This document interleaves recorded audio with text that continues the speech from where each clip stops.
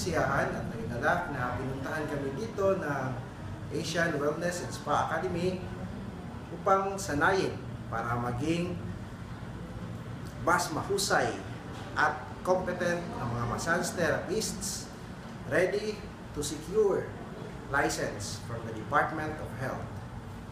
Inaanyayahan po namin kayo, especially sa mga kapatid nating visually impaired dito sa Zamboanga City as well as the sighted ones para mag-enroll din sa academy na ito upang maging mahusay, maging mas competent as health service providers following the laws of the land, making ourselves professionals. Hindi lang po basta masahista, but licensed massage therapists, competent to provide healing and wellness to our customers. Muchas gracias. Vaya con Dios a todos.